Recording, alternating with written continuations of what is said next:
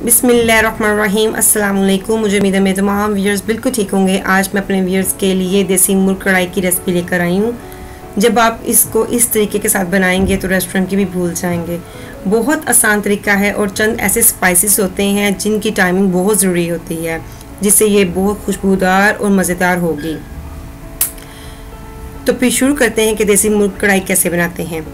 देसी मुर्ग कढ़ाई बनाने के लिए मैं यहाँ पे लोहे की कढ़ाई इस्तेमाल कर रही हूँ। अब इसमें 1 kg के करीब मुर्गे का गोश्त डाल दें।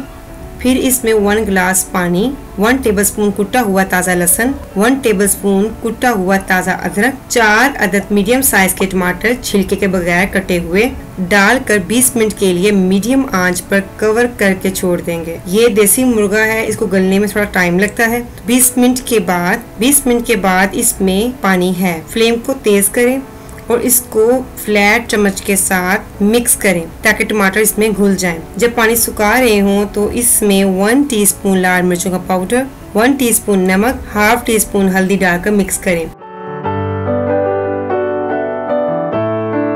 फिर इसमें हाफ कप ऑयल डाल दें ताकि मिर्चों के साथ ऑयल भी पक जाए। फिर इसमें 1 टेबलस्पून अनियन पाउडर डाल दें, अगर है तो डाल दें वरना आप स्किप कर सकते हैं। आपने प्याज नहीं डालना, प्याज डालने से कढ़ाई में मिठास पैदा होगी, आप इसको भी स्किप कर दें। अब इसको इतनी देर तक कुक करें जब तक ऑयल सेपरेट ना हो जाए। जब ऑयल सेपरेट हो जाए तो इसमें हल्का सा बीट किया हुआ 1 कप दही का डाल दें। फिर इसको अच्छी तरह मिक्स करें जब तक बबल ना आना शुरू हो जाए। जब बबल आना शुरू हो जाए तो इसमें हाफ कप देसी घी, हाफ टीस्पून भुनी हुई कुटी हुई सौंफ, 1 टीस्पून भुना हुआ कुटा हुआ जीरा, 1 टीस्पून भुना हुआ कुटा हुआ साबुत धनिया। इन तीनों मसालों को ताज़ा भूनकर कूट कर डालने से कढ़ाई में बहुत जबरदस्त जायका, फ्लेवर और अरोमा इनहेंस होगा। हाफ टीस्पून गरम मसाला पाउडर, जूलियन कटिंग किया हुआ अदरक थोड़ा सा डालेंगे, कटिंग की हुई मोटी हरी मिर्चें डालकर 10 मिनट के लिए इसको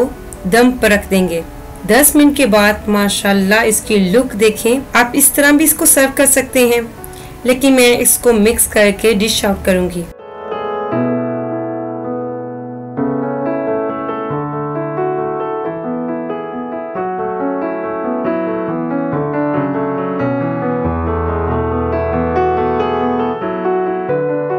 बाद में थोड़ा सा जूलियन कटिंग किया हुआ अदरक, कटिंग की हुई हरी मिर्चों के साथ गार्निश करके सर्व करेंगे।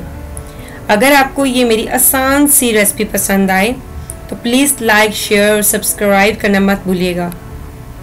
हमेशा दुआओं में याद रखिएगा। अल्लाह हाफिज़।